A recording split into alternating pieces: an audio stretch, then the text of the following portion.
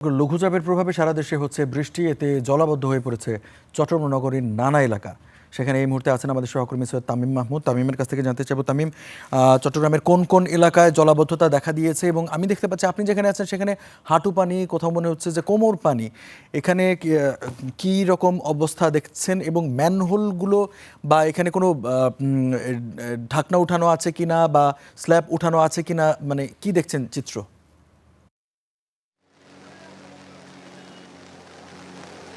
আমরা আমরা এই মুহূর্তে আছি চট্টগ্রামের প্রবর্তক এলাকায়, যেখানে আমার পিছনে দেখছেন যে একটি দীর্ঘ সারি তৈরি, কিন্তু সারিবদ্ধভাবে দাঁড়িয়ে আছে। যে গাড়িগুলো আসলে সারিবদ্ধভাবে সিগন্যালে দাঁড়িয়ে নেই, এটি আসলে জলাবদ্ধতার কারণে এই পানির মধ্যে কিন্তু গাড়িগুলো দাঁড়িয়ে আছে। এবং বেশ কিছু গাড়ি কিন্তু ইতিমধ্যে এই যে স্টার্ট বন্ধ হয়ে গেছে। এবং সাধারণ মানুষ যারা আছে তারা কিন্তু মারাত্মক ধরনের একটি দুর্ভোগের মধ্যে পড়েছে। এবং যারা অফিসগামী মানুষ এবং সাধারণ যারা পরীক্ষা শেষে যারা ছাত্রী যারা শিক্ষার্থী যারা বাড়ি ফিরছে এবং পরীক্ষা কেন্দ্রে যাচ্ছে, তারাও কিন্তু এক ধরনের বিপাকে পড়েছে। আমরা একটু কথা বলতে চাই, কি ধরনের বিপদে পড়েছে, কি ধরনের সমস্যা হচ্ছে? বাংলাদেশ আরে বহুত বড় করে দি একটু যদি কথা বলি, মানে কি অবস্থা ওখানে? পানি কেমন? পানি কি বেশি? হ্যাঁ, বেশি। শুনছিলেন আসলে পানি অতিরিক্ত এখানে পানি, আমরা যেখানে দাঁড়িয়েছি সেখানেও দেখছেন কি কোমর পানি অবস্থা দাঁড়িয়ে আছে। এবং সামনে যত যাওয়া যাচ্ছে তত পানি কিন্তু বুকসম পানি পর্যন্ত হয়ে যাচ্ছে। এবং সাধারণ মানুষ কিন্তু বারবার বলছে যে এই জলাবদ্ধতা নিরসনের যে প্রকল্প বারবার হাতে নেওয়া হচ্ছে এবং সাধারণ মানুষকে সেই জলাবদ্ধতার যে নিরসন বারবার আশার বাণী শোনানো হচ্ছে, সেই আশার বাণী কিন্তু শুধু আশার বাণী রয়ে যাচ্ছে, সেইটি কিন্তু কোনোভাবে বাস্তবায়ন হচ্ছে না। একটু যদি কথা বলতে চাই,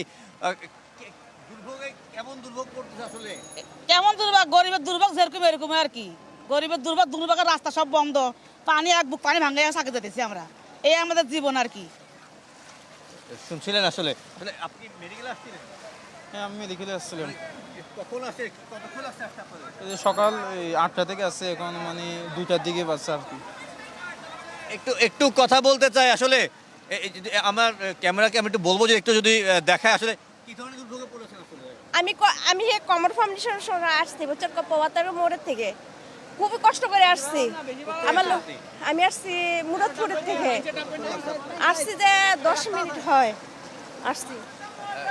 যেমন শুনছিলেন আসলে যে দুর্ভোগের শিকার কিন্তু সাধারণ মানুষটা খুব বেশি পোহাচ্ছে। এবং চট্টগ্রাম নগরের যেই বিষয়গুলো আমরা বারবার বলছিলাম যে শুধু যে জলাবদ্ধতা একটি সমস্যা তা কিন্তু না, সেই সাথে নগরীর যে ফুটপাতে স্ল্যাবগুলো আছে সেই স্ল্যাবগুলো কিন্তু বেশ কিছু জায়গায় কাজের কারণে কিন্তু তোলা হয়েছিল। এবং হঠাৎ এই সেই বৃষ্টি কিন্তু এই সেখানে নিরাপত্তা ঝুঁকিও কিন্তু বাড়িয়ে তুলেছে। এবং আমরা গত যে কয়েকটি বছর আমরা দেখেছি, বেশ কিছু বছর কিন্তু এই স্ল্যাবের যে ফাঁকা অংশ থাকে সেই ফাঁকা অংশে পড়ে কিন্তু তলিয়ে গেছে বেশ কিছু মানুষ। এবং সেই মানুষগুলো কিন্তু অনেকেই কিন্তু এখন পাওয়া যায়নি, এবং যাদেরকে পাওয়া গেছে তাদের কিন্তু কাউকেই কিন্তু জীবিত উদ্ধার করা যায়নি।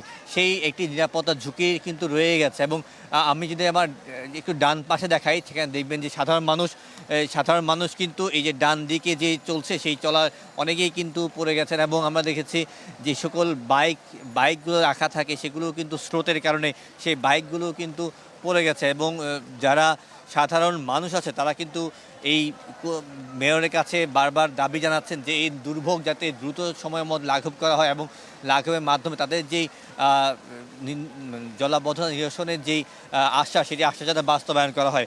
এবং আমরা সিডিএর সাথে কথা বলছি, তারাও বলছে যে দ্রুত সময়ের মধ্যে এটি তারা চেষ্টা করছে যাতে দ্রুত সময়ের মধ্যে এই জলাবদ্ধতা নিরসন করা যায়। যদি আরেকটু জানিয়ে রাখি, জলাবদ্ধতা নিরসনের অন্যতম একটি কারণ হচ্ছে জলাবদ্ধতা নিরসন প্রকল্পের নামে যেই খালগুলো আছে সেই খালগুলোতে কিন্তু বাঁধ দেওয়া হয়েছে যাতে কোনো ধরনের পানি না ঢুকে। যেহেতু জলাবদ্ধতা এখানে খাল সংস্থায় কাজ চলছে, সেই বাঁধ দেওয়ার কারণে কিন্তু এই পানিগুলো সঠিক সময় বের না হওয়াতেই কিন্তু এই ধরনের একটি জলাবদ্ধতা তৈরি হচ্ছে বলে তারা আমাদের জানিয়েছে। এই ছিল চট্টগ্রামের প্রবর্তক থেকে আমার কাছে সবশেষ সংবাদ। তামিম, আপনাকে ধন্যবাদ। আমাদের সাথে কুমিল্লা থেকে যুক্ত হয়েছেন আমাদের সহকর্মী আব্দুলাল মারুফের কাছ থেকে জানতে চাইব, দেখতে পাচ্ছি যে সড়কে আছেন আপনি, যেই সড়কে আছেন সেখানেও জলাবদ্ধতা তৈরি হয়েছে। কুমিল্লা নগরীর চিত্র কি?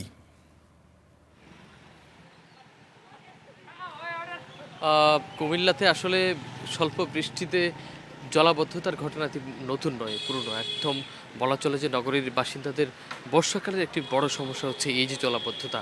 বিশেষ করে যখন স্কুল ছুটি হয়, স্কুল পড়ুয়া শিক্ষার্থীদের যে কী পরিমাণ ভোগান্তি হয় সেটি আমার পেছনে এই টইটুম্বুর অবস্থা দেখেই বোঝা যাচ্ছে। এবং আমরা কিছুক্ষণ আগেই দেখছিলাম যে একটি অ্যাম্বুলেন্স দাঁড়িয়ে আছে এবং সেটি কিন্তু এখনও দাঁড়িয়ে আছে একই জায়গায়।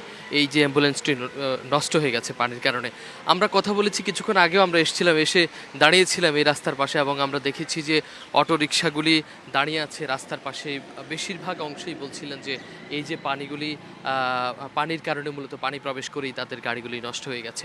কুমিল্লা নগরীর এই যে সমস্যা, এটি শুধু এই আমরা যেখানে দাঁড়িয়ে আছি, যে ক্যামেরায় যেটি দেখতে পাচ্ছেন, এটি মূলত কুমিল্লার বলা চলে যে আদালত সড়ক, কান্দির পাড় থেকে একটি মূল সড়ক। এছাড়াও কুমিল্লার টমছম ব্রিজ এলাকায় আমরা দেখেছি, নজরুল অ্যাভিনিউ এলাকায় দেখেছি, মহিলা কলেজ রোড এলাকায় দেখেছি একেবারে ভয়াবহ অবস্থা, পানি কোথাও কোথাও হাঁটু পরিমাণ পানিও আমরা দেখেছি। এবং দেখতেই পাচ্ছেন যে কী পরিমাণ জলাবদ্ধতার সৃষ্টি হয়েছে। আমরা কিছুক্ষণ আগে যে আবহাওয়া কর্মকর্তা, তার সঙ্গে কথা বলেছি, সৈয়দ আরিফুর রহমান, তিনি আমাদেরকে জানিয়েছেন কুমিল্লা নগরীতে অর্থাৎ কুমিল্লা এলাকায় গত 24 ঘন্টায় 102 মিলিমিটার বৃষ্টি হয়েছে। এবং এই বৃষ্টির কারণে কুমিল্লার যে হঠাৎ করে যে বৃষ্টি হয়েছে, বৃষ্টির কারণে কুমিল্লার যে ড্রেনেজ ব্যবস্থা, সেই ব্যবস্থার কারণে কিন্তু একেবারে বলা চলে যে কুমিল্লা নগরীর অবস্থা খুবই ভয়াবহ আকার ধারণ করেছে। তারা আমাদেরকে বলছিলেন যে পরিমাণ পানি কুমিল্লা নগরীতে প্রবেশ করেছে, সেই পরিমাণ পানির ধারণ ক্ষমতা আসলে কুমিল্লা নগরীর যে ড্রেনগুলি রয়েছে সেই ড্রেনগুলির কিন্তু নেই। এবং আমরা যদি একটু জানানোর চেষ্টা করি, কুমিল্লা নগরীর এই যে সড়কগুলি রয়েছে, প্রত্যেকটি সড়কের কিন্তু একই অবস্থা।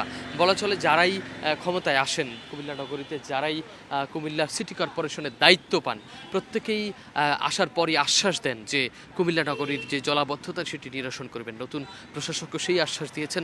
কুমিল্লা নগরীর মানুষের প্রত্যাশা এবার যে প্রশাসক এসেছেন, তিনি কুমিল্লা নগরীর মানুষকে জলাবদ্ধতাকে নিস্তার দেবেন। কুমিল্লার জলাবদ্ধতা থেকে এই ছিল আমার কাছে সবশেষ।